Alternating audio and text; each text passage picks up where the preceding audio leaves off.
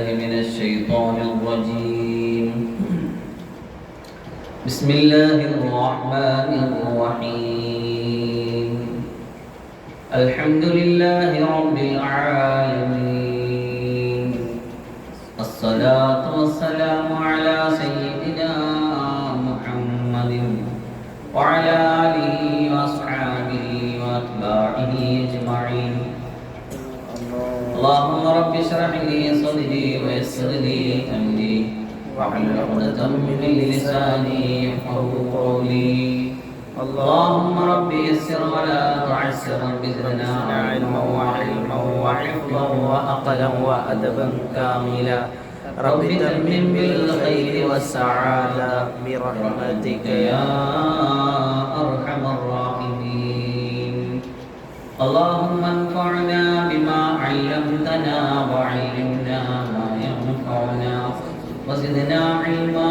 الحمد لله على كل حال ونعوذ بالله من أحوال أهل النار. بسم الله الرحمن الرحيم.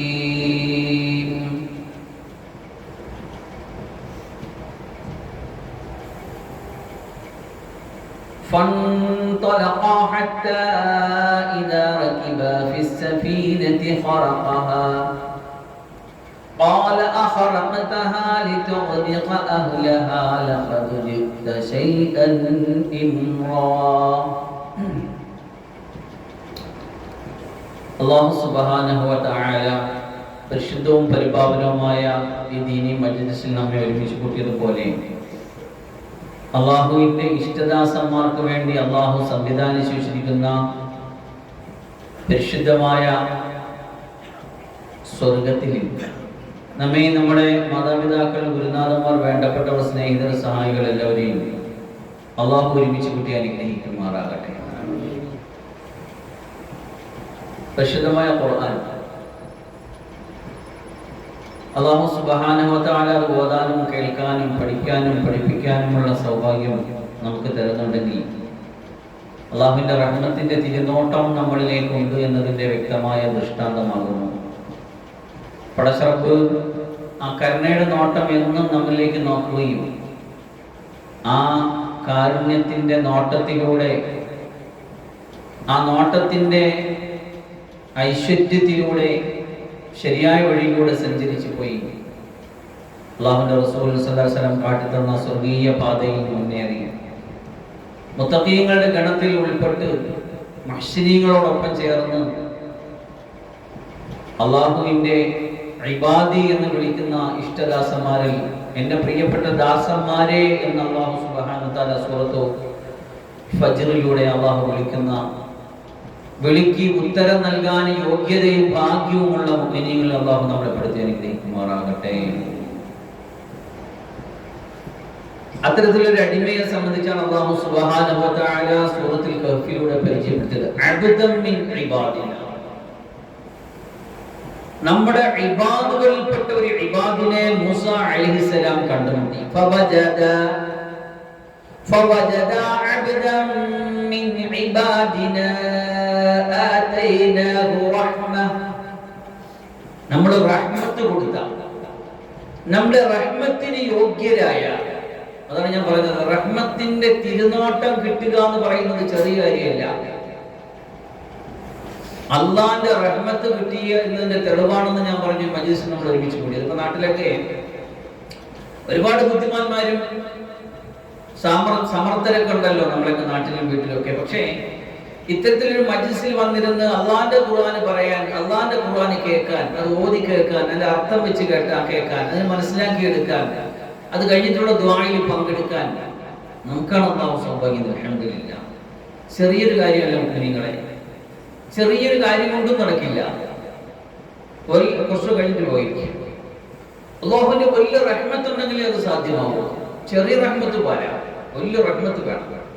നമ്മൾ നിലവിൽ അൽഹംദുലില്ലാഹ് അല്ലാഹുവിന്റെ റഹ്മത്തിന്റെ തിരുനോട്ടം ഉള്ളത് കൊണ്ടാണ് നമുക്കിതൊക്കെ കഴിയുന്നത്. റബ്ബ് ആ നോട്ടം എടുത്ത് മാറ്റി കഴിഞ്ഞാൽ നമ്മൾ പോയി. ശൈത്താനിൽ നിന്ന് അല്ലാഹു സുബ്ഹാനഹു വ തആല റഹ്മത്തിന്റെ നോട്ടം എടുത്ത് മാറ്റിയപ്പോൾ അവൻ പിഴച്ചു പോയി.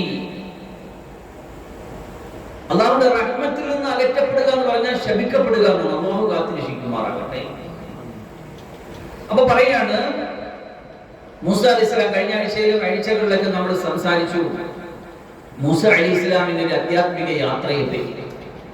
ഒരു കാലഘട്ടത്തിന്റെ ഏറ്റവും വലിയ സമർത്ഥനായ, ബുദ്ധിമാനായ, അള്ളാഹുവിന്റെ വിധിവിലക്കുകളെ അന്ന് അതുപോലെ അറിയുന്ന വേറൊരു പണ്ഡിതനില്ലായിരിക്കെ തന്നെ ഈ കാലഘട്ടത്തിലെ ഏറ്റവും വലിയ പണ്ഡിതനാരെ എന്ന് ചോദിച്ചപ്പോൾ നിരുപാധികം നിഷ്കരുണം ഞാനാണ് എന്ന് ഉത്തരം പറഞ്ഞതിന്റെ അടിസ്ഥാനത്തിൽ അല്ലാഹു സുബ്ഹാനഹു വ തആല അല്ല മൂസ നബിയെ അല്ലാഹു അഅലമു എന്ന് പറയലായിരുന്നു അവിടുത്തെ സൗന്ദര്യം. കാര്യത്തിൽ ശരിയൊക്കെ തന്നെ, ബാഹ്യമായ നിയമവിധികൾ വെച്ച് നോക്കുമ്പോ, ഫിഖ്ഹ് വെച്ച് നോക്കുമ്പോ അന്നത്തെ ഏറ്റവും വലിയ അഫ്ഖഹ് പണ്ഡിതൻ മൂസ അലൈഹിസ്സലാം തന്നെയാണ്. പക്ഷെ അതിനും അപ്പുറം ചില യാഥാർത്ഥ്യങ്ങൾ മൂസ അലൈഹിസ്സലാമിന് അല്ലാഹു മനസ്സിലാക്കി കൊടുക്കുകയാണ്.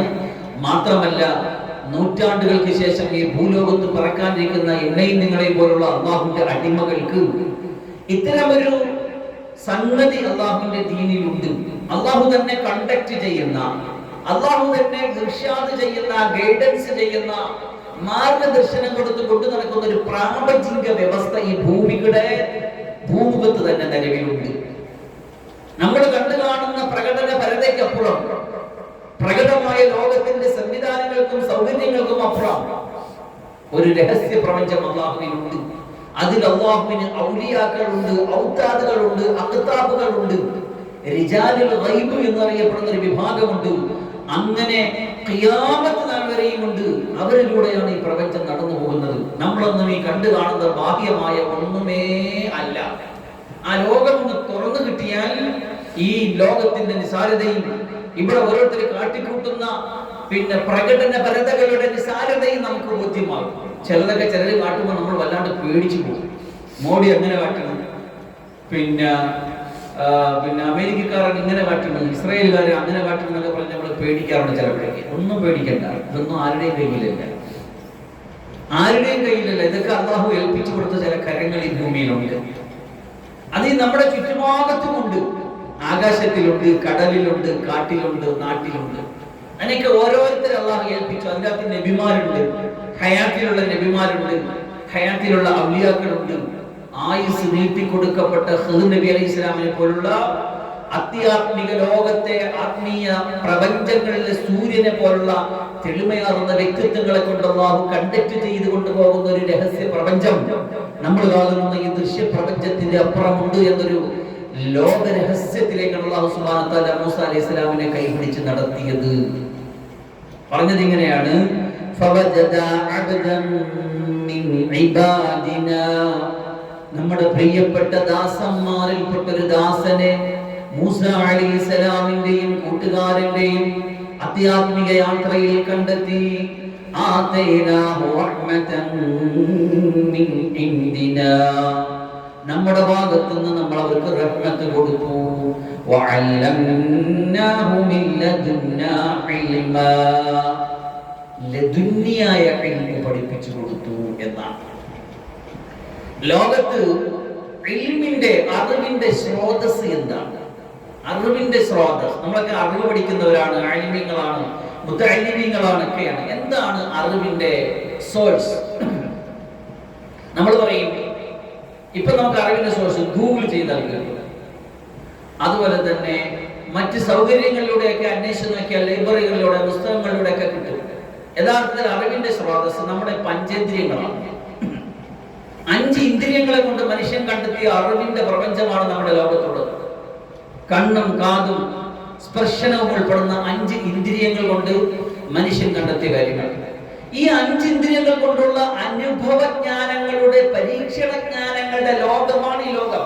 അത് എത്ര വലിയ സയൻസ് ആണെങ്കിലും, അത് എത്ര വലിയ ടെക്നോളജി ആണെങ്കിലും, അത് എത്ര വലിയ സംവിധാനങ്ങളാണെങ്കിലും, കാലാകാലങ്ങളായിട്ട് മനുഷ്യന് കിട്ടിയ ബുദ്ധിയും കഴിവും സാമർത്ഥ്യവും അനുഭവ പരിചയവും കൊണ്ട് അവൻ കണ്ടെത്തിയ മെഡിക്കൽ സയൻസ്, വൈദ്യശാസ്ത്രം, അവൻ കണ്ടെത്തിയ ആസ്ട്രോളജി, ഗോളശാസ്ത്രം, അവൻ കണ്ടെത്തിയ മറ്റ് ചരിത്രപരമായ വസ്തുതകൾ, അതുപോലെ തന്നെ പ്രപഞ്ചത്തിൽ നിന്ന് കണ്ടെത്തിയ ഫോസിലുകളിൽ നിന്ന് കണ്ടെത്തിയ കണ്ടെത്തിയ ലോകത്തിന്റെ വ്യത്യസ്ത നാടുകളിൽ കാട്ടിലും കടലിലും അടക്ക മുങ്ങിത്തപ്പി കണ്ടെത്തിയ അനുഭവ ജ്ഞാനങ്ങളുടെ അറിവുകളാണെന്ന് ലോകത്തുള്ള അറിവുകൾ മൊത്തം. ഈ അനുഭവ സ്രോതസ്സുകളായ അറിവുകൾക്കും അപ്പുറം ഒരു അറിവിന്റെ സ്രോതസ് മുന്നോട്ട് വയ്ക്കാൻ ലോകത്ത് ഒരൊറ്റ സംവിധാനത്തിനേ ഉള്ളൂ. ആ സംവിധാനത്തിന്റെ പേരാണ് ഇസ്ലാം. പഞ്ചേന്ദ്രിയങ്ങൾ കൊണ്ടുള്ള അറിവിന് അപ്പുറം ഒരു അറിവുണ്ട്. ആ അറിവിന്റെ പേരാണ് വഹി. വഹീന്റെ ഇൽമു എന്ന് പറയും. എന്താണ് വഹീന്റെ ഇൽമു? അല്ലാഹു സുബ്ഹാനഹു വ തആല ജിബ്രീൽ അലൈഹിസ്സലാം എന്ന മാലാഖയിലൂടെ നബിമാരിലേക്ക് ആദം നബി അലൈഹിസ്സലാം മുതൽ അല്ലെങ്കിൽ നൂഹ് അലൈഹിസ്സലാം മുതൽ റസൂലുള്ളാഹി സ്വല്ലല്ലാഹു അലൈഹി വസല്ലം വരെ 1,24,000-ഓളം വരുന്ന നബിമാർക്ക് അറിയിച്ചു കൊടുത്ത വഹീന്റെ ഇൽമു. ആ വഹീന്റെ ഇൽമു പരീക്ഷണാടിസ്ഥാനത്തിലുള്ളതല്ല. ആ വഹീന്റെ ഇൽമു അനുഭവജ്ഞാനത്തിലുള്ളതല്ല. അത് കണ്ടെത്തിയതല്ല. അത് അല്ലാഹു ആകാശഭൂമികളെ സൃഷ്ടിച്ച അല്ലാഹു സുബ്ഹാനഹു വ തആല ഓരോ കാലഘട്ടത്തിലെ നബിമാരുടെ ഉള്ളിലേക്ക് ആ ജിബ്രീൽ അലൈഹിസ്സലാം എന്ന മാലാഖ മുഖേന അയച്ചു കൊടുത്ത വഹീന്റെ ഇൽമു. അതാണ് പഞ്ചേന്ദ്രിയങ്ങളൊക്കെ മുകളിലുള്ള അറിവ്. അത് ഇസ്ലാമിനും മുസ്ലിങ്ങൾക്കും ഖുർആനിന് മാത്രമേ ആ ഇൽമുള്ളൂ. അപ്പോൾ നമുക്ക് പറയാം, നമ്മളിരിക്കുന്ന ഇസ്ലാം എന്ന ഇസ്ലാമിന്റെ കർമ്മശാസ്ത്രവും അതിന്റെ തത്വശാസ്ത്രവും അതിന്റെ ആത്മീയ ശാസ്ത്രവും അതിന്റെ എല്ലാ ശാസ്ത്രങ്ങളും ഉരുത്തിരിഞ്ഞു വന്നത് ഖുർആനിൽ നിന്നും ഹദീസിൽ നിന്നുമാണ്. ഖുർആൻ അല്ലാഹുവിന്റെ വഹിയാണ്. ഹദീസ് ഈ വഹിയുടെ ജീവിതമാണ്. ഈ ഖുർആനിലെ ഹദീസിനെ വെച്ചുകൊണ്ട് മദ്ഹബിന്റെ ഉലമാക്കൾ ക്രോഡീകരിച്ചെന്നാണ് 4 മദ്ഹബ്. അതാണ് നമ്മുടെ കർമ്മശാസ്ത്രം.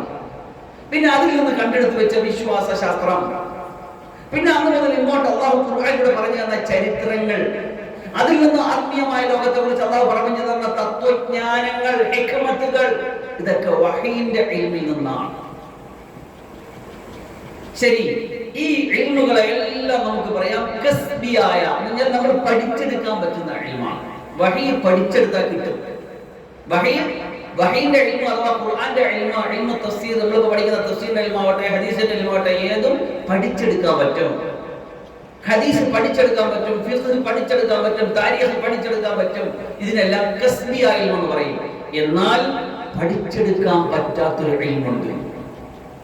അത് പഠിച്ചെടുക്കുന്ന, കസ്ബ് ചെയ്ത് അധ്വാനിച്ചെടുക്കുന്ന ഇൽമല്ല. പിന്നെ അല്ലാഹു ഡയറക്റ്റ് ചില മനസ്സുകളിലേക്ക് ഇട്ടു കൊടുക്കുന്ന ഇൽമ്. അതിന്റെ പേരാണ് ലദുന്നിയായ ഇൽമ്. ലദുന്നി എന്ന് പറഞ്ഞാൽ അവന്റെ അടുക്കൽ എന്നാണ് അതിന്റെ അർത്ഥം. ആരുടെ അടുക്കൽ?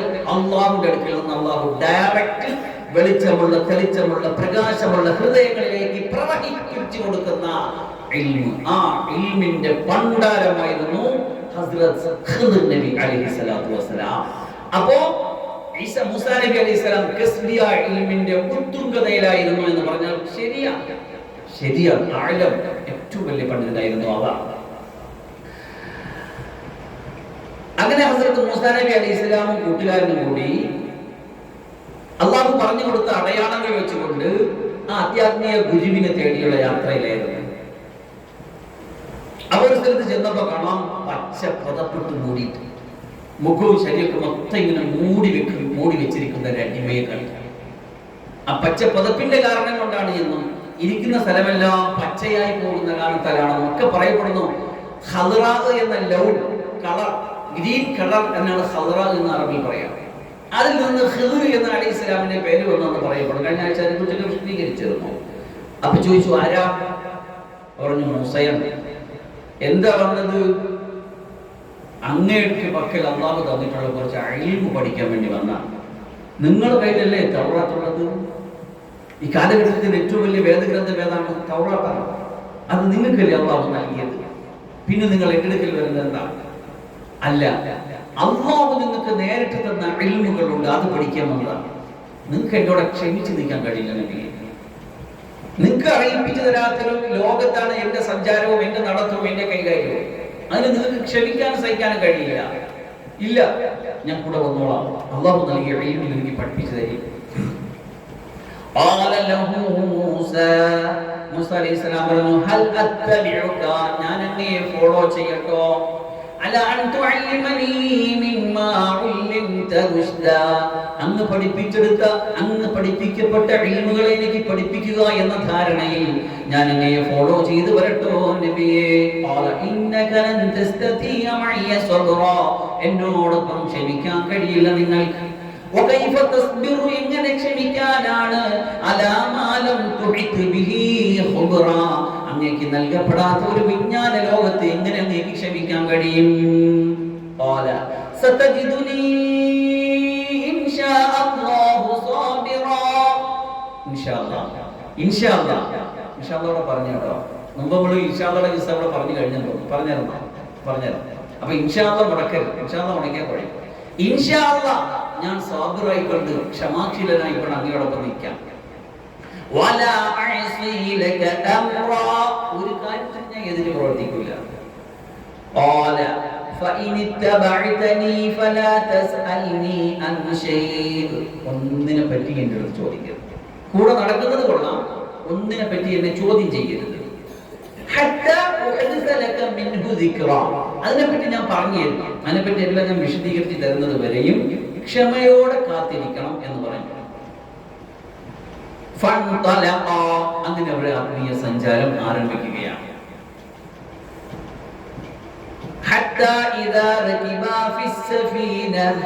അങ്ങനെ നോക്കുമ്പോ കാണാം ഒരു കപ്പൽ വരുന്നു. കടൽ തീരത്തിലൂടെയാണ് യാത്ര. സഞ്ചരിച്ചു പോകുമ്പോൾ ഒരു കപ്പൽ വരുന്നു. ഖിദ്ർ നബി അലൈഹി ഇസ്ലാമിനെ കപ്പലുകാർക്ക് മനസ്സിലായി.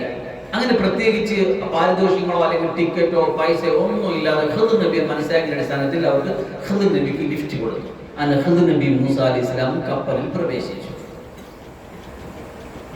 അങ്ങനെ കപ്പലിൽ പ്രവേശിച്ച് മുന്നോട്ട് പോകുന്നതിന്റെ ഇടയിൽ ഒരു കുരുവി വന്നിട്ട് ആ കപ്പലിന്റെ സൈഡിൽ ഇരുന്നു. എന്നിട്ട് വെള്ളത്തിൽ ഇങ്ങനെ അതിന്റെ ചുണ്ടുകൊണ്ട് പൊക്കിയിട്ടിങ്ങനെ നോക്കി. ആ തുള്ളി പുറപ്പെട്ടു. എന്നിട്ട് പറഞ്ഞു, അള്ളാഹുവിന്റെ ഇൽമുമായിട്ട് ചേർത്ത് നോക്കുമ്പോ ഈ പ്രപഞ്ചത്തിലുള്ള സർവവിജ്ഞാനങ്ങളും ഈ തുള്ളിയുടെ അത്ര പോലും ഇല്ല എന്നൊരു വലിയ വിജ്ഞാനം ആ കുരുവിയെ കൊണ്ട് അള്ളാഹുവോട് അവതരിപ്പിച്ചു. രണ്ടുപേർക്ക് ഇൽമു പഠിക്കാൻ പോയിരിക്കുകയാണ്. അപ്പൊ ചുരുക്കത്തിൽ ഖിദ്ർ നബി അലൈഹി ഇസ്ലാമിന്റെ ഉള്ള ഇൽമും എന്തല്ല, സമ്പൂർണ്ണമല്ല. കാലഘട്ടത്തിൽ ഏറ്റവും വലിയ നബി ആലമു എന്ന് പറഞ്ഞതിന്റെ അടിസ്ഥാനത്തിൽ അള്ളാഹു അത്യാത്മീയ യാത്രയാക്കി ഏറ്റവും വലിയ ലദുന്യ ഇൽമിന്റെ ഉടമസ്ഥയിലേക്ക് കൊണ്ടെത്തിച്ചു. അവർ രണ്ടുപേരും കൂടി ഒരു കപ്പൽ കയറി ഒരു കുരുവി വെള്ളത്തിൽ ഇങ്ങനെ ചുണ്ടിട്ട് കുത്തിയിട്ട് പൊക്കിയിട്ട് കാണിച്ചു എന്ന് പറയുന്നത് ഈ തുള്ളിയില്ലേ ഇത്ര പോലും ഇൽമു വമാ ഊതീതും മിനൽ ഇൽമി ഇല്ലാ ഖലീലാ ഒരൽപ്പമല്ലാതെ പ്രപഞ്ചത്തിൽ നമുക്ക് എല്ലാവർക്കും വീതിക്കപ്പെട്ടിട്ടില്ല. പടച്ചവനെ ഇവിടെ കിടക്കുന്ന ആ തുള്ളിയും ആ സാഗരവും ആ കടലും ഒന്ന് ചിന്തിച്ചു നോക്കി നിങ്ങളെ നാട്ടുകളെ എന്താണ് അല്ലാഹു നമുക്ക് ഇൽമു തരുമാറാകട്ടെ. എന്തെങ്കിലും ഒരു കാര്യം മനസ്സിലായാൽ, എന്തെങ്കിലും ഒരു പ്രസംഗം നടത്തിയാൽ, എന്തെങ്കിലും ഒരു റാങ്ക് വാങ്ങിയാൽ നമ്മൾ പിന്നെ ആരായി? നമ്മൾ ഭയങ്കര പണ്ഡിതനായി, നമ്മൾ ഭയങ്കര ആരൊക്കെയാണെന്നൊരു ചിന്ത. ഇപ്പൊ ഈ സംഭവങ്ങൾ നമ്മൾ ഓർമ്മിക്കുമ്പോൾ നമ്മൾ ഇതെല്ലാം കുറച്ച് താഴോട്ട് പോകും. അറിവ് പഠിക്കുന്നവരുടെ ഏറ്റവും വലിയൊരു സ്വഭാവം അതാണ്. ഒന്നും അറിഞ്ഞൂടാ എന്ന് പഠിക്കലാണ് ഏറ്റവും വലിയ ഇൽമ്. ഞാനൊന്നും അറിഞ്ഞൂടാ, എനിക്കൊന്നും പഠിച്ചിട്ടുമില്ല, എനിക്കൊന്നും അറിഞ്ഞുകൂടാ. അറിവുകൾ ലോകത്ത് ഒരുപാടുണ്ട്. ശരി, അവർ കപ്പലിൽ യാത്ര ചെയ്യുകയാണ്. നോക്കുമ്പോ കാണാം ഖിദ്ർ നബി ഇസ്ലാം പതുക്കെ ഒരു മൂലയിൽ പോയിട്ട് ആ കപ്പലിന്റെ ഒരു തടി അങ്ങ് പൊട്ടിച്ചങ്ങ് മാറ്റി. മൂസ അലൈഹിസ്സലാം ഇത് കണ്ടിട്ട് തീരെ പിടിച്ചില്ല, പറ്റിയില്ല, സഹിക്കാൻ പറ്റില്ല. മൂസ അലൈഹിസ്സലാം ഞാൻ മുമ്പ് പറഞ്ഞല്ലോ, കഴിഞ്ഞ ആഴ്ച പറഞ്ഞല്ലോ, അനീതിയും അസമത്വവും അന്യായവും മുമ്പിൽ കണ്ടാൽ അത് അല്ലാഹുവിന്റെ ദീനിന്റെ ഏതൊരു വ്യക്തിക്കും അതിനെ സഹിക്കാനോ പിടിച്ചിരിക്കാനോ കഴിയില്ല. മൻ റഅ മിൻകും മുൻകറൻ ഫലിയുഗ്യിറുഹു ബിയദിഹി ഫഇല്ലം യസ്തതി ഫബിലിസാനി ഫഇല്ലം യസ്തതി ഫബിഖൽബി. അന്യായം മുമ്പിൽ കണ്ടാൽ ആദ്യം അതിനെ കൈകൊണ്ട് പിടിക്കണം, ഇല്ലെങ്കിൽ നാക്കുകൊണ്ട് തടുക്കണം, അതുമില്ലെങ്കിൽ ഹൃദയം കൊണ്ട് തടുക്കണം, ഹൃദയം കൊണ്ട് വെറുക്കണം. അതിന്റെ അപ്പുറം ഈമാന്റെ ഒരു തരി പോലും ഇല്ല എന്നാണ്. അപ്പൊ അതുകൊണ്ട് ആ കാലഘട്ടത്തിന് നിബിധ സഹിക്കോ ഒരു പൈസയും വാങ്ങിക്കാതെ വെറുതെ ഫ്രീ ആയിട്ട് സൗജന്യ യാത്ര കൊടുത്ത കപ്പലുകാരന്റെ തടി പൊളിക്കൽ. എന്താ പറഞ്ഞത്? പറയൂ. حتى إذا ركبا في السفينة خرقها قال أخرقتها لتغرق أهلها لقد جئت شيئا إمرا. നബി മൂസാ നബി അലൈഹി സ്വലാം പറയാണ്, ഈ കപ്പലുകാരെ എല്ലാം മുക്കിക്കൊല്ലാൻ വേണ്ടി നിങ്ങൾ അതിന്റെ തടി പൊളിക്കുകയാണ്, എന്ത് പരിപാടികളാണ്, നിങ്ങളൊരു മോശപ്പെട്ട കാര്യമില്ല ചെയ്തത് എന്ന് പറഞ്ഞു. അപ്പം ചോദിച്ചു, ഞാൻ പറഞ്ഞില്ലേ നിങ്ങളുടെ അടുത്ത് എന്നോടൊപ്പം ക്ഷമിച്ച് മുന്നോട്ട് പോകാൻ നിങ്ങളെ കൊണ്ട് കഴിയില്ല എന്ന് ഞാൻ നിങ്ങളോട് പറഞ്ഞില്ലേ നബിയേ?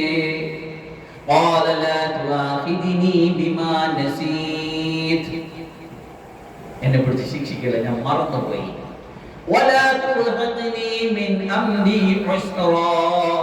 എന്റെ കാര്യത്തിൽ നിന്ന് ഞെരുക്കമുള്ള കാര്യങ്ങൾ എന്നെ നിർബന്ധിക്കരുത്, ഞാൻ മറന്നുപോയത് കൊണ്ടാണ്. അപ്പൊ മറതി വന്നാൽ തെറ്റില്ല. സംസ്കാരത്തിൽ, നോമ്പിൽ, അങ്ങനെ പല കാര്യങ്ങളും നമ്മൾ കാണുന്നുണ്ടല്ലോ. മറതി സംഭവിച്ചാൽ തെറ്റില്ല, മറതിക്ക് മാത്രം. മറതി കൊണ്ടുണ്ടായ കാര്യങ്ങൾ അള്ളാഹു വിട്ടുവീഴ്ച ചെയ്തിരിക്കുന്നു. ഹദീസിലൊക്കെ കാണാം, എന്റെ ഉമ്മത്തിനെ തൊട്ട്, ഈ ഉമ്മത്തിനെ കുറിച്ച് പറഞ്ഞത് അങ്ങനെയാണല്ലോ, മറന്നുപോയി ചില കാര്യങ്ങൾ സംഭവിച്ചു കഴിഞ്ഞാൽ അതിൽ മാപ്പുണ്ട്. ശരി, വീണ്ടും നടന്ന് മുന്നോട്ട് പോയി.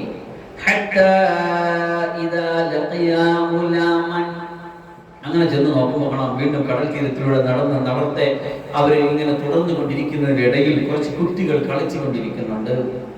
അതിലൊരു കുട്ടി പറയപ്പെടുന്നുണ്ട്, ആ കുട്ടിയേക്കാൾ സുന്ദരനായ കുട്ടി എന്റെ കൂട്ടത്തിലില്ല.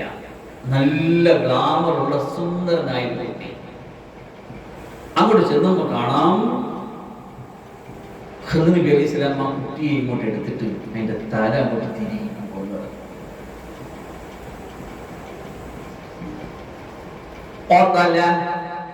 ഖിദ്ർ നബി അലൈഹി സ്വലാം കുട്ടിയെ കൊണ്ടുവന്നു. قال أقتلت نفسا زكية بغير نفس. കർമ്മശാസ്ത്രം ചോദ്യം. കാലഘട്ടത്തിന് നബി ഖിദ്ർ നബി അലൈഹി സ്വലാമിനെ വീണ്ടും ചോദ്യം ചെയ്യുകയാണ്. ഒരു ശരീരത്തിന്റെ പകരമല്ലാതെ മറ്റൊരു ശരീരത്തിനെ കൊല്ലാൻ എങ്ങനെ സാധിച്ചു നിങ്ങൾക്ക്?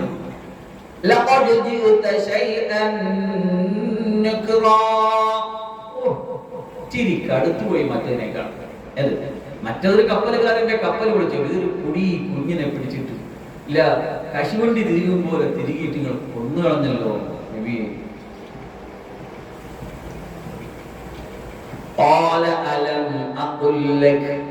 ഞാൻ പറഞ്ഞില്ല നിങ്ങൾക്ക്,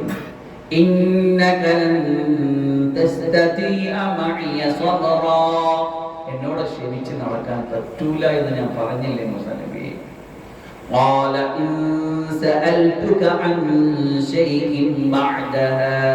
ഇനി ഇതിന് ശേഷം ഞാൻ എന്തെങ്കിലും ചോദിച്ചാൽ ഇനി എന്റെ അടുത്ത് സഹകരിക്കണ്ട പ്ലീസ്. ഇതും കൂടെ എന്തായാലും ഒന്നായി രണ്ടായി. ഇനി ഞാൻ എന്തെങ്കിലും ചോദിച്ചാൽ എന്റെ അടുത്ത് സഹകരിക്കണ്ട. എന്റെ അടുത്ത് നിന്ന് കൃത്യമായ സംഗതികൾ ഉണ്ടായിപ്പോയി, കാര്യകാരണ സൈന വിഷയം ഉണ്ടായിട്ടുണ്ട്. ഇനി ചോദിക്കൂല, ചോദിച്ചാൽ സഹകരിക്കാൻ വേണ്ട.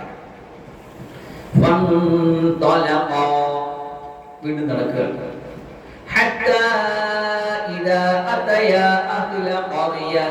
ഒരു ഗ്രാമനിവാസികളുടെ അടുക്കൽ അവർ രണ്ടുപേരും എത്തി.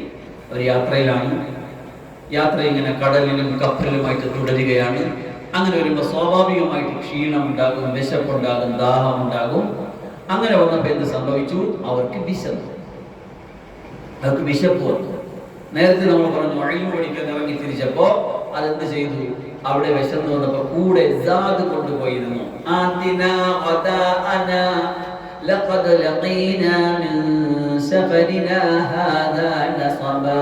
നമ്മുടെ യാത്രയിൽ കുറച്ച് റിസ്ക് ഉണ്ടായിട്ടുണ്ട്. അപ്പൊ അതുകൊണ്ട് നമ്മളെ ഭക്ഷണം ഇടിക്കുന്നത് കൂടെ ഉള്ള യുവാവിന്റെ അടുത്ത് മൂസാ അലൈഹി സ്വലാം പറഞ്ഞു, ഇൽമു പഠിക്കാനുള്ള യാത്രയിൽ ഒരുക്കം കൊണ്ടാണ് പോയത്. പക്ഷെ ഈ യാത്ര ഹിജ്റത്തിന്റെ യാത്രയാണ്.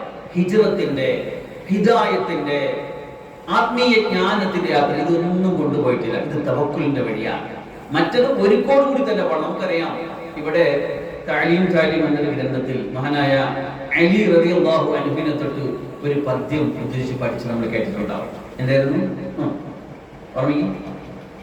അഖീലൻ തനാലൽ ഇൽമ ഇല്ലാ ബിസിത്തത്തിൻ ദകാഉൻ വഹിർസുൻ വസ്തിബാറുൻ വബുൽഗത്തുൻ വഇർഷാദു ഉസ്താദിൻ വതൂലു സമാനി. സഹോദരാ, നീ അറിവ് പഠിക്കാൻ ഇറങ്ങിയാണെങ്കിൽ 6 കാര്യം ഉണ്ടെങ്കിൽ നിനക്ക് അറിവ് പഠിക്കാൻ പറ്റും. അഖീ ലൻ തനാലൽ ഇൽമ ഇല്ലാ ബിസിത്തത്തി. ഇതൊക്കെയാണ് 6 കാര്യങ്ങൾ. സകാഉൻ പൂർണ്ണ ബുദ്ധി, വഹിർസുൻ അത്യാഗ്രഹം, വസ്തിബാറുൻ ക്ഷമ, വബുൽഗത്തുൻ അവനവന് ജീവിക്കാനുള്ള ഒരു സോഴ്സ് ഉണ്ടാകണം. ജീവിക്കാൻ നിവൃത്തിയില്ലാത്ത ഒരാളാണെങ്കിൽ അവന് വസ്ത്രമോ അവന് ഭക്ഷണമോ അവന് സെറ്റിൽ അവൻ അന്നന്ന് പോയി അധ്വാനിച്ചെടുക്കാൻ അവന് പഠിത്തത്തിലേക്ക് ശ്രദ്ധിക്കാൻ കഴിയില്ല. അപ്പൊ അതുകൊണ്ട് അവൻ സ്വന്തമായിട്ടോ അല്ലെങ്കിൽ സ്പോൺസർഷിപ്പിലോ ഏതെങ്കിലും നിലയ്ക്ക് അവന്റെ വസ്ത്ര ഭക്ഷണ ചെലവുകൾ ആരെങ്കിലും എടുത്ത് കൊടുത്തെങ്കിലേ അവനെങ്കിലും മുടിക്കാൻ പറ്റും. നല്ലൊരു ഉസ്താദിന്റെ ഗൈഡൻസ് വേണം, ദീർഘമായ കാലം പഠിക്കാൻ വേണം. ഈ 6 കാര്യം ഉണ്ടെങ്കിലേ എൽമ് കിട്ടുള്ളൂ. താഴി പറയാം. അപ്പൊ അതുപോലെ ഇവിടെ എൽമ് പഠിക്കാൻ ഇറങ്ങിയപ്പോ എങ്ങനെ പഠിക്കാൻ ഇറങ്ങിയപ്പോ നബി അലൈഹി ഇസ്ലാമിനെ കാണാൻ വേണ്ടിയുള്ള യാത്രയിൽ ഭക്ഷണങ്ങൾ കൊണ്ടുവന്നു. നമ്മൾ പഠിച്ചായിരുന്നല്ലോ. ശരി, ഇനി ഇവിടെ പറയുന്നത് കേൾക്കുക. അങ്ങനെ ആ നാട്ടിൽ ചെന്നപ്പോ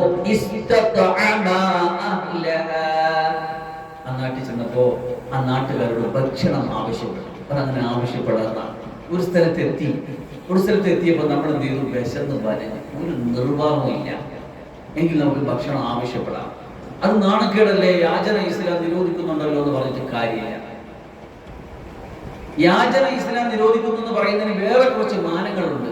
അധ്വാനിക്കാതെ, അവനവന് ശേഷിയും ഉണ്ടായിട്ട് അതിന് പരിശ്രമിക്കാതെ യാചനയെ ഒരു സിഫത്തായിട്ട് കൊണ്ടുനടക്കുന്നതിനെ കുറിച്ചാണ് പറയുന്നത്.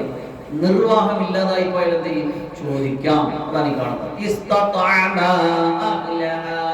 ആ നാട്ടുകാരോട് ഭക്ഷണത്തെ പല അഭിപ്രായമുള്ളത് ഏത് നാടാണ് ഉണ്ടാക്കിയാണോ, പിന്നെ സ്പെയിനിൽപ്പെട്ട ഒരു കാര്യമാണ്. അങ്ങനെ ഒരുപാട് അഭിപ്രായങ്ങൾ ആ വിഷയത്തിലുണ്ട്. ഏതായാലും നാട്ടുകാർ ഭക്ഷണം ചോദിച്ചു. അപ്പോഴോ അവരിൽ വിസമ്മതിച്ച നാട്ടുകാർ കൊടുത്തില്ല. ഈ 2 അതിഥികളെ സ്വീകരിക്കാൻ നാട്ടുകാർക്ക് യോഗമുണ്ടായില്ല എന്ന് പറയാം. റസൂലുള്ളാഹി സ്വല്ലല്ലാഹു അലൈഹി വസല്ലമയുടെ കാലത്ത് വിശുദ്ധമായ ഖുർആനിൽ നൂറ്റാണ്ടുകൾക്ക് മുമ്പുണ്ടായ ഈ സംഭവത്തെ ഉദ്ധരിക്കുമ്പോൾ അതേത് നാട്ടുകാർ മനസ്സിലാക്കിയിട്ടാവും അവർ വന്നിട്ട് ആവശ്യപ്പെട്ടു. അത്രേ എന്താണ് ആവശ്യപ്പെട്ടത്? ചെറിയൊരു അഡ്ജസ്റ്റ്മെന്റ് ഒന്ന് ചെയ്യാം. എന്താണെന്നറിയാമോ?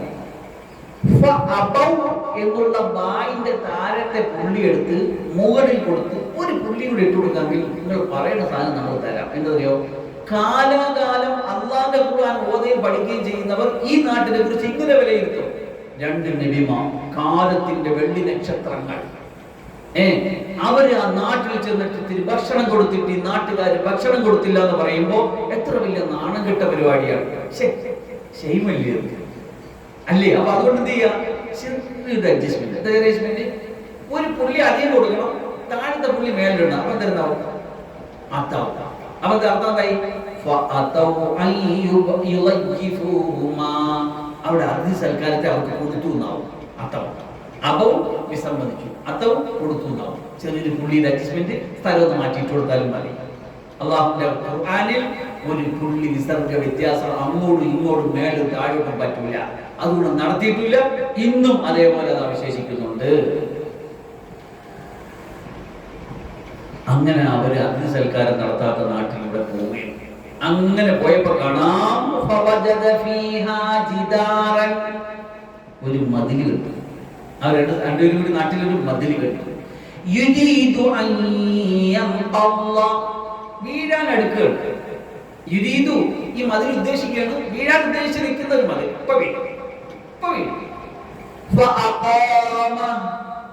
നബി അലൈഹി സ്വലാം ആ മതിൽ പിടിച്ച് നേരെയാക്കി, അതിന്റെ അടിയിലൊക്കെ കുറച്ച് സെറ്റപ്പ് ആക്കി നേരെ ശരിയാക്കി വെച്ചു. ഇത് കണ്ടപ്പോ മൂസാ അലൈഹി സ്വലാം അവസാനത്തെ ചാൻസ് എടുത്ത് പ്രയോഗിക്കുക. എന്താണ്?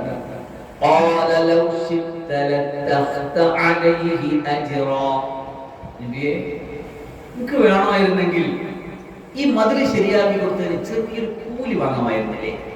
എന്നിട്ട് നമുക്ക് അതുകൊണ്ട് പോയി ഫുഡ് കഴിക്കാമായിരുന്നല്ലോ എന്ന് ചോദിച്ചു മൂസാ നബി. ആരെടുത്ത് ചോദിച്ചു? ഖദർ. സ്വാഭാവികം മാത്രമാണ്. കാരണം എന്താ? നാട്ടിൽ ചേർന്ന് ചോദിച്ചിട്ട് ഭക്ഷണം കൊടുത്തില്ല, വിശന്ന് പറഞ്ഞ്. അപ്പൊ കാണാം അവിടെ ഒരു മതിൽ. നമ്മളാണെന്ത് കാൽമുടക്കിൽ അടിയിലൊക്കെ അപ്പൊ മൂസാ ഖദർ നേരെ റെഡിയാക്കി വെച്ചു. ഒരു കൂലി വാങ്ങാൻ വരുന്നില്ലേ? വെറുതെ അല്ല, അധ്വാനിച്ചിട്ട്. വെറുതെ വെച്ചിട്ട് തന്നില്ലല്ലോ, അധ്വാനിച്ചിട്ട് കൂലി. ഫുഡ് കഴിക്കാൻ വരുന്നല്ലോ. നബി അലൈഹി സ്വലാം പറഞ്ഞു,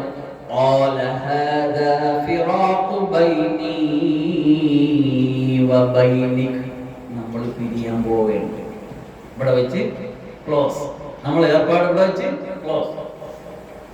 റസൂലുള്ളാഹി സ്വല്ലല്ലാഹു അലൈഹി വസല്ലമ തങ്ങൾ ഈ സംഭവം സ്വഹാബത്തിന് പറയുന്നുണ്ട്, എന്റെ സഹോദരൻ മൂസ അലൈഹിസ്സലാം കുറച്ചും കൂടി ക്ഷമിച്ചിരുന്നെങ്കിലേ എന്തു വലിയ പ്രാപഞ്ചിക രഹസ്യങ്ങൾ ഇവിടെ തുറക്കപ്പെടുമായിരുന്നു.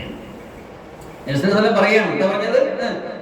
എന്റെ സഹോദരൻ പല കാര്യങ്ങളെ പറ്റിയും നബിമാരെ പറ്റിയൊക്കെ ദുആ ചെയ്യുമ്പോൾ മൂസ അലൈഹിസ്സലാമിന്റെ കാര്യം ആദ്യം പറയും റസൂലുള്ളാഹി സ്വല്ലല്ലാഹു അലൈഹി വസല്ലം റഹ്മത്തുള്ളാഹി അലൈനാ, നമ്മുടെ അല്ലാഹുവിന്റെ റഹ്മത്തുണ്ടാകട്ടെ നബിമാർക്ക് പറയുമ്പോൾ മൂസ അലൈഹിസ്സലാമിന്റെ പേര് എടുത്തു പറയും. എന്നിട്ട് പറയും, എന്റെ സഹോദരൻ മൂസ കുറച്ചും കൂടെ ക്ഷമിച്ചിരുന്നെങ്കിലേ എത്ര വലിയ അത്ഭുതങ്ങൾ, വാതായനങ്ങൾ നമ്മുടെ മുന്നിൽ തുറക്കപ്പെടുവാൻ പറയാമോ. നമ്മൾ കാണുന്ന പ്രപഞ്ചത്തിന്റെ, ദൃശ്യപ്രപഞ്ചത്തിന്റെ അത്ഭുതങ്ങൾക്ക് അപ്പുറം അള്ളാഹു ഒളിപ്പിച്ചു വെച്ചിരിക്കുന്ന പ്രാപഞ്ചിക രഹസ്യങ്ങളുടെ താക്കോലുള്ള ആളാണ് ഖദർ നബി. എന്തെല്ലാം അത്ഭുതങ്ങൾ നമുക്ക് തുറന്നു കാണാമായിരുന്നു. 3 കാര്യമേ നമുക്കിപ്പോ കാണാൻ പറ്റുള്ളൂ. എന്താണ് നമുക്ക് നോക്കാം. അടുത്ത ക്ലാസ്സിൽ നോക്കാം. ശരി. سأنبئك بتأويل ما لم تستطع عليه صبرا. ഞാൻ പറഞ്ഞുതരാം. 3 സംഭവങ്ങൾ നമുക്കിടയിലുണ്ടായി. ഈ 3നും താങ്കൾക്ക് ക്ഷമിക്കാൻ കഴിഞ്ഞില്ല. എന്തായിരുന്നു അതിന്റെ പിന്നിലെ രഹസ്യം എന്ന് ഞാൻ നിങ്ങൾക്ക് പറഞ്ഞുതരാൻ പോവുകയാണ്. കപ്പലിന്റെ പലകളക്കില്ലേ, എന്താ കാര്യം?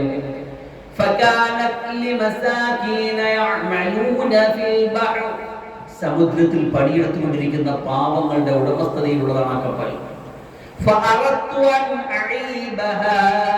ആ കപ്പലിനെ ഞാൻ ഡാമേജ് ആക്കിയത് എന്തിനെന്നറിയാമോ? ഇവരുടെ പിന്നിൽ ഒരു സ്ഥലത്ത് രാജാവ് അതിലൂടെ സഞ്ചരിച്ചു പോകുന്ന കപ്പലുകളെ പരിശോധിച്ചുകൊണ്ടിരിക്കുകയാണ്. ഒരു ഡാമേജും ഇല്ലാത്ത കപ്പൽ വന്നാൽ പിടിച്ചകത്തെന്ന് പറയും. ഒരു ഡാമേജ് ഇല്ലാത്ത കപ്പൽ വന്നാൽ ഈ രാജാവ് പിടിച്ചകത്തിടുക. അപ്പൊ ഞാൻ ഡാമേജ് ഉണ്ടാക്കിയതിനാണ് കടലിൽ അധ്വാനിക്കുന്ന അന്നന്നത്തെ അന്നത്തിന് വേണ്ടി പാടുപെടുന്ന കഷ്ടപ്പെടുന്ന പാവങ്ങളുടെ കപ്പലാണത്. അതിൽ ഞാനൊരു തടിയിളക്കിയാൽ ഇവർ മുങ്ങിപ്പോവല്ല ചെയ്യുന്നത്. ഇവരെ കപ്പൽ കാലകാലമായിട്ട് രാജാവിന്റെ കസ്റ്റഡി പോകാതെ ഇവർ അന്നം കൊണ്ട് വീട്ടിൽ പോകാൻ പറ്റും. കണ്ട ഉപകാരം ഒന്ന്. وأما الغلام فكان أبواه مؤمنين فخشينا أن يرهقهما. ഈ കൊല്ലപ്പെട്ട കുഞ്ഞ്, ആ കുഞ്ഞിന്റെ ഉമ്മയും ബാപ്പയും നല്ല സാധുക്കളായ 2 കുഞ്ഞുങ്ങളാണ്. ആ കുഞ്ഞ് വളർന്നു വന്നാൽ നമ്മൾ പേടിച്ചു, ഇവൻ വളർന്നു വന്നിട്ട് കാഫറായിട്ടേ വളരും, ഇവൻ മുഅ്മിനാവില്ല. വേറെ റിവായത്തിൽ കാണാം, മൂസാ നബി അലൈഹിസ്സലാം ഇങ്ങനെ ചോദിച്ചപ്പോൾ ഖദർ നബി അലൈഹിസ്സലാം ദേഷ്യം വന്നിട്ട് അതിന്റെ മറ്റേ കൈ വലിച്ചിട്ട് വിരിഞ്ഞു. അപ്പൊ അതിന്റെ എഴുതി വെച്ചിരുന്നു, ലാ യുഅ്മിനു ബില്ലാഹി അബദൻ, ഒരിക്കലും അവൻ അല്ലാഹുവിനെ കൊണ്ട് വിശ്വസിക്കൂല, ഈമാൻ കൊള്ളൂല. ഈമാൻ കൊള്ളൂല എന്ന് മാത്രമല്ല, ഇവൻ വളർന്നു വന്നാൽ ഉമ്മാനെ ഉപ്പാന്റെ ഈമാനും കൂടി കെടുത്തിക്കളയും. ഉമ്മാന്റെ ഉപ്പാനെ തുകിയാൻ, അതിക്രമം, അവിശ്വാസത്തിൽ അവൻ നിർബന്ധിച്ചുകൊണ്ട് പോകും. അതുകൊണ്ട് ഇപ്പോഴേ അവനെ എന്താക്കിയതാണ്, വേണ്ടാന്ന് വെച്ചതാണ്.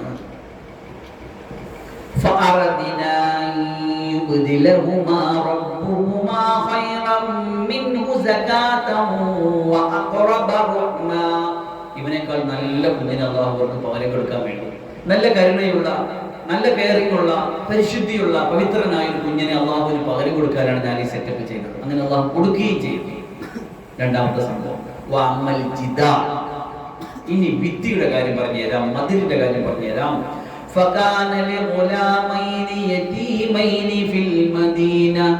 ആ സിറ്റിയിലുള്ള 2 അനാഥ മക്കളുടെ, ആ അനാഥ മക്കൾക്കുള്ളതായിരുന്നു ഈ മതിൽ.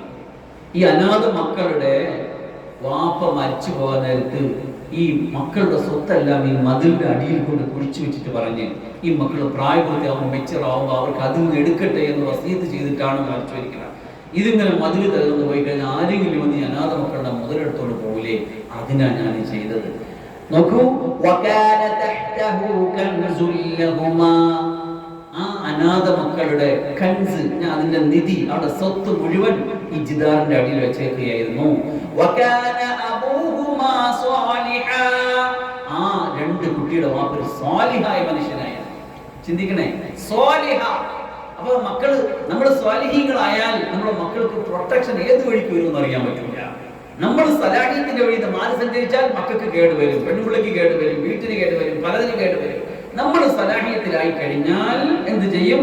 അല്ലാഹു സുബ്ഹാനഹു വ തആല ഒരു വഴി അല്ലെങ്കിൽ മറ്റൊരു വഴിയിൽ നമ്മുടെ മക്കളെ, നമ്മുടെ സമ്പത്തിനെ, നമ്മുടെ കുടുംബത്തെ അല്ലാഹു കാക്കും എന്നതിന്റെ തെളിവാണ്. വഖാന അബൂഹുമാ സാലിഹാ ഫഅറാദ റബ്ബുക അൻ യബ്ലുഗാ അശുദ്ധഹുമാ, താങ്കളുടെ നാഥൻ ഉദ്ദേശിച്ചു ഈ രണ്ട് കുട്ടികളും നല്ലതുപോലെ പ്രായപൂർത്തിയാകാൻ. വയസ്തഖരിജാ കൻസഹുമാ, എന്നിട്ട് എബ്രഹാം മദിലിന്റെ ഇടയിൽ നിന്ന് അവിടെ സ്വത്തിനെ പുറത്തെടുക്കുവാൻ. റഹ്മതൻ മിർ റബ്ബിക്, ഇത് റബ്ബിന്റെ കരുണയാണ്. ഈ കരുണയിലൂടെ അല്ലാഹുവിടെ പുറത്തെടുത്തതാണ്.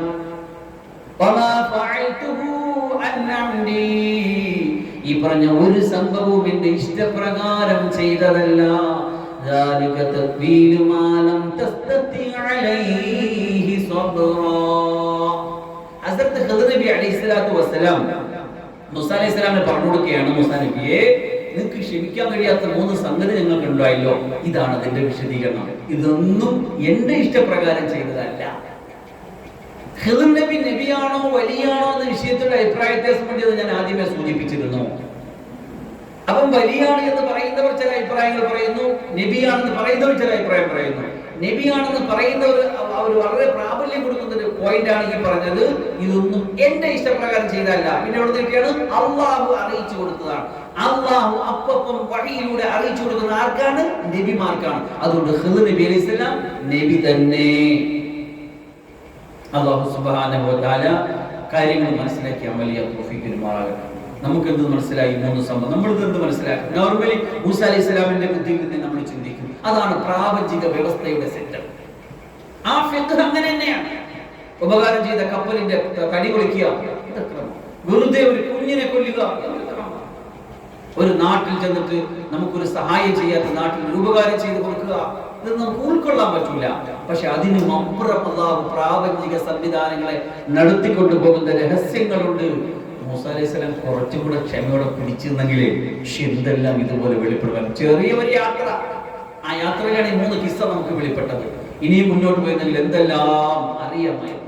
അല്ലാഹു സുബ്ഹാനഹു വ തആല കാര്യങ്ങൾ അറിയാനും മനസ്സിലാക്കാനും മുത്തഖീങ്ങളുടെ ഗുണത്തിൽ ഉൾപ്പെട്ടു അല്ലാഹുവിന്റെ നബിമാരെ ഔലിയാക്കളെ സ്നേഹിച്ച് മഹാന്മാരെ ഇഷ്ടപ്പെട്ടു. ഖിദ്ർ നബി അലൈഹിസ്സലാമിനെ അവരെ നമ്മൾ സ്നേഹിക്കും, അവർക്ക് വേണ്ടി നമ്മൾ ഫാത്തിഹ ഓതി, നമ്മളെ പുരയിടത്തിലൊക്കെ മഹാനുടെ പേരിൽ വെച്ചിട്ടുണ്ട്. മഹാനുകളൊക്കെ പറഞ്ഞ ഒരു ദിക്ർ ഞാൻ കഴിഞ്ഞ ആഴ്ച മനസ്സിൽ പറഞ്ഞ ഗ്രൂപ്പിലൊക്കെ ഞാനത് ഷെയർ ചെയ്തിരുന്നു. അതൊക്കെ ചെയ്യും ഇൻഷാ അല്ലാഹ്. മഹാനവരുടെ അവരുടെ സാന്നിധ്യം നമുക്കിടയിൽ എപ്പോഴും ഉണ്ട്, നമുക്ക് കാണാൻ പറ്റും. പക്ഷെ നമുക്ക് ആർക്കും അറിയാൻ പറ്റും. ഒരു നസീബാണ്, ഒരു തൗഫീഖാണ്, ഒരു വിധിയാണ്. അല്ലാഹു അവന്റെ അടിമകൾ ചിലർക്ക് നീ പറഞ്ഞല്ലോ, റഹ്മത്ത് കിട്ടുന്ന അടിമകൾക്ക് കാണാൻ പറ്റും ഖിദ്ർ നബിയെ, മുസാഫ ചെയ്യാൻ പറ്റും ഖിദ്ർ നബിയെ. അതുകൊണ്ട് നമ്മൾ മുഅ്മിനീങ്ങളെ കണ്ട് മുസാഫ ചെയ്യുമ്പോൾ ഇങ്ങനെ കൈ ചേർത്ത് പിടിക്കുന്നത് നോക്കാറുണ്ട്. അവിടെ ഒരു എല്ല് കാണില്ല, അത്രയും കയ്യിൽ നിങ്ങൾ നോക്കുമ്പോൾ ഒരു എല്ല് കാണില്ല, കേട്ടാ. അപ്പൊ അതുകൊണ്ട് മുസാഫ ചെയ്യുമ്പോൾ ശ്രദ്ധിക്കണം എന്ന് പറയാറുണ്ട്. എല്ലാ വർഷവും ഹജ്ജിന്റെ സീസണിൽ അവിടെ വരുമെന്നാണ് ഖിദ്ർ നബി അലൈഹി. എന്നിട്ട് എന്ത് ചെയ്യും? എന്ത് 2 നബിമാരും കണ്ടുമുട്ടിട്ട് എന്ത് ചെയ്യും? കുറച്ചുകൂറ എന്ത് ചെയ്യോ? എല്ലാവരും കുറച്ചെന്ന് പറഞ്ഞാൽ കേട്ടോ.